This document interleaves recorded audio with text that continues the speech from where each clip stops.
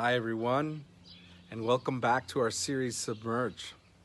I hope you've enjoyed so far our series around prayer. And hopefully, like me, I've learned a lot about prayer, how we pray, why we pray, and what a difference prayer makes in our lives.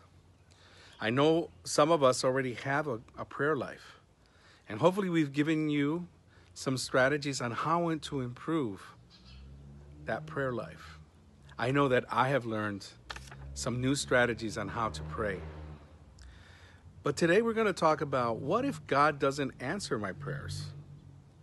You know, it's not just about asking God for something, but it's submerging ourselves into God's love and His love for us.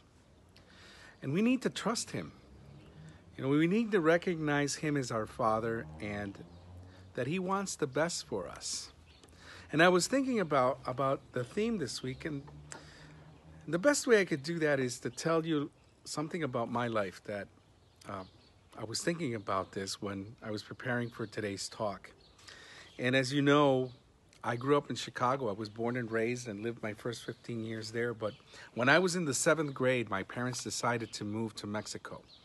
They were going to wait for me to finish elementary school, 8th grade, and then we would pack up our things and move down there. And I didn't want to go. I didn't want to leave the place I grew up, the place I was born, leaving my friends, the things that I knew about. But when I look at it, I see the contrast of why my parents wanted to move.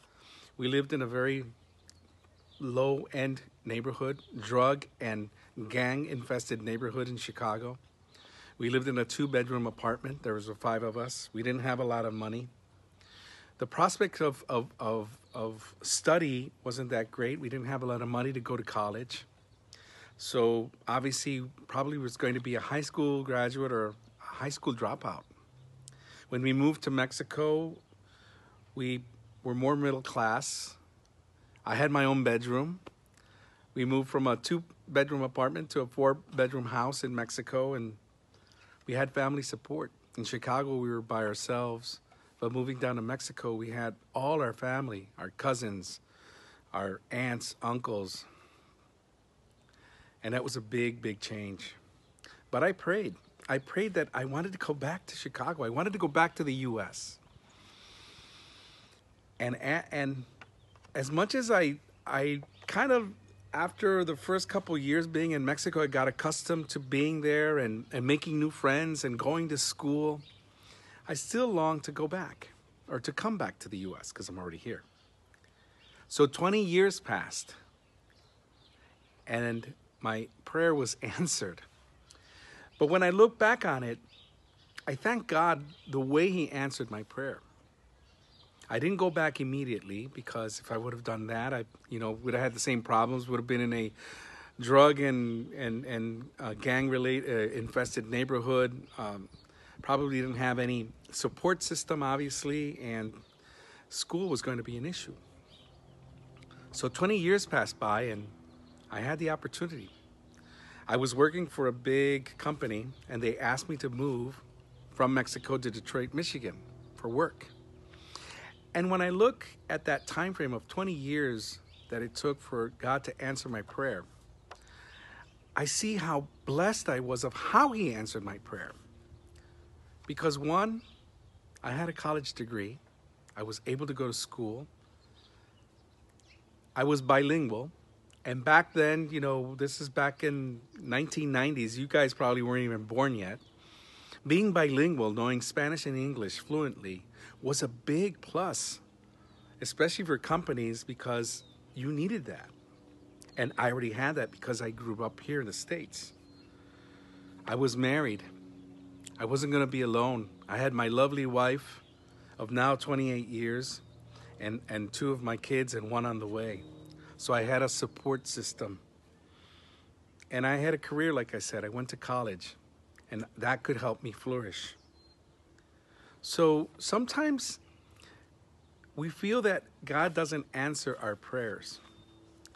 But I leave you with this thought. We need to find peace and hope. And that God is going to answer our prayers. He may not answer the ways that we want him to answer our prayers, but he will give us and answer those prayers for us. So I'd like to end with this Bible verse from Matthew chapter 7, verses 7 to 9. And I think it encompasses for me what's prayer and how we need to continue to trust in the Lord and trust in God that he will answer our prayers. Again, he may not answer exactly how we want him to answer it, but he will answer. Ask, and it will be given you. Seek, and you will find. Knock, and it will be opened to you. For everyone who asks receives, and he who seeks finds, and to him who knocks it will be opened.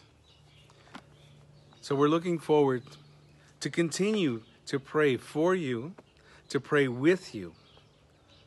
And as we start this new year in 2021, I hope that we continue to increase and improve our prayer life. God bless you, and we'll talk soon.